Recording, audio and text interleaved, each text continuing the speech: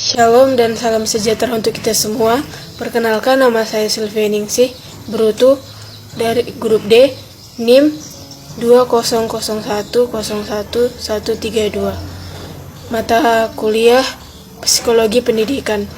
Judul PPT saya adalah perbedaan individu yang menyebabkan perbedaan hasil belajar.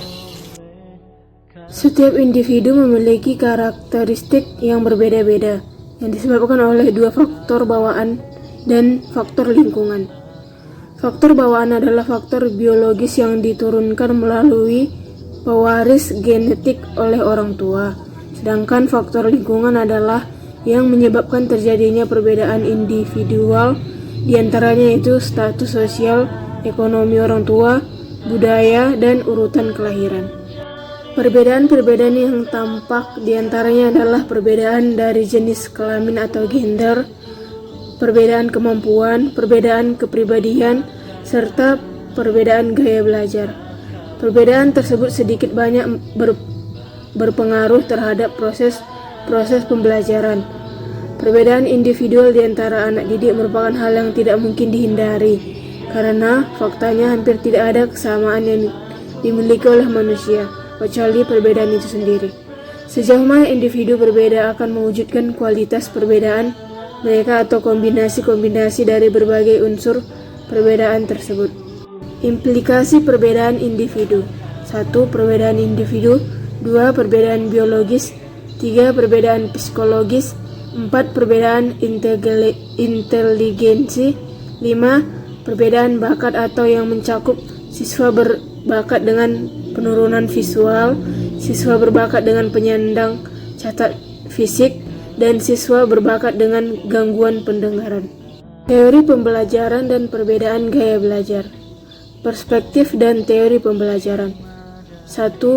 Teori simulasi sensorik atau mengatakan bahwa sebagian besar pengetahuan yang dimiliki oleh orang dewasa adalah belajar melalui dengan melihat, mendengar, penciuman, dan merangsang indera. 2. Teori penguatan.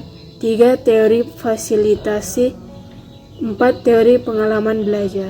Teori perbedaan gaya belajar. Siswa memiliki gaya belajar yang berbeda.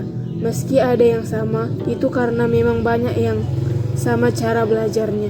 Dan juga sebuah kebetulan, gagasan bahwa orang belajar dengan cara yang berbeda telah dieksplorasi melalui penelitian pendidikan selama beberapa dekade terakhir. 1. Teori belajar aksi atau pendekatan yang menghubungkan dunia pendidikan dengan dunia kerja melalui proses reflektif dalam kelompok-kelompok kecil yang kooperatif. 2. Teori pembelajaran langsung atau pembelajaran eksplisit adalah metode sistematis yang menyajikan materi dalam langkah kecil dan memberikan pemahaman keberhasilan dan partisipasi siswa dalam proses pembelajaran. Cara mengatasi variasi individual dalam pembelajaran merupakan suatu hal yang wajar sebagai dampak kondisi individu siswa berbeda-beda. Namun demikian jangan dibiarkan oleh guru. Guru harus berupaya untuk mengatasi kondisi variasi individual dalam proses pembelajaran siswa. Sebab jika dibiarkan, sudah pasti terjadi perbedaan hasil belajar siswa secara mencolok, yang akibatnya guru juga dinilai tidak berhasil dalam mengajar, karena pencapaian siswa rata-rata rendah. Maka perlu dilaksanakan pengajaran yang berupaya memperhatikan atau melayani setiap individu siswa sesuai dengan tingkat kemampuan masing-masing. Sekian hasil dari PPT saya, lebih dan kurang saya mohon maaf.